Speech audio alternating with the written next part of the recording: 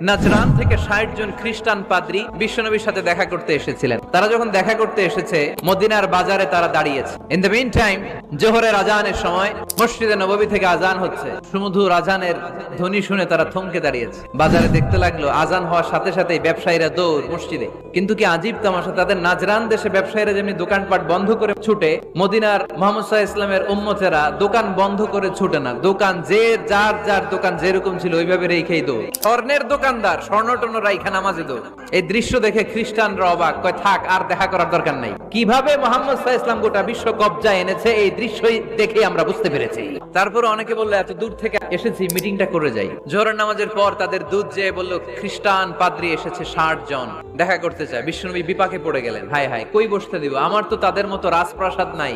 এক সাহাবী বললেন, ইয়া রাসূলুল্লাহ, পাহাড়ের পাশে ছায়া আছে, চলেন ওইখানে বসি। আল্লাহ রাসূল বললেন, একটা কথা বললা, এরা খ্রিস্টান মেহমান, এদেরকে নিয়ে ছায়ার মধ্যে বসা যায় নাকি? আর এক সাহাবী বললেন, ইয়া রাসূলুল্লাহ, আমার খেজুর বাগান, খেজুর পেড়েছি, খেজুর পাতা দিয়ে একটা বিছানা করে দে, ওইখানে বসি, কেমন হয়? রাসূল সাল্লাল্লাহু আলাইহি ওয়াসাল্লাম বললেন, না, দে আর দ্য ফরেন ডেলিগেটস, তাদেরকে নিয়ে তো এইভাবে বসা যায় না। বলতে না বলতে ৬০ জন খ্রিস্টান পাদ্রী এসে হাজির। কি করবেন বিশ্বনবী? উপায় অন্তর না দেখে ৬০ জন খ্রিস্টানের জন্য বিশ্বনবী নিজ হাতে মসজিদে নববীর তালা খুলে দিয়ে মসজিদে ঢোকার ব্যবস্থা করে দিয়েছেন। বিশ্বনবী খ্রিস্টান খোঁজে নাই, নাস্তিকের বাচ্চা কিনা ওইটা খোঁজে নাই। বিশ্বনবী দুই চোখ দিয়ে দেখেছে এরা মানুষ।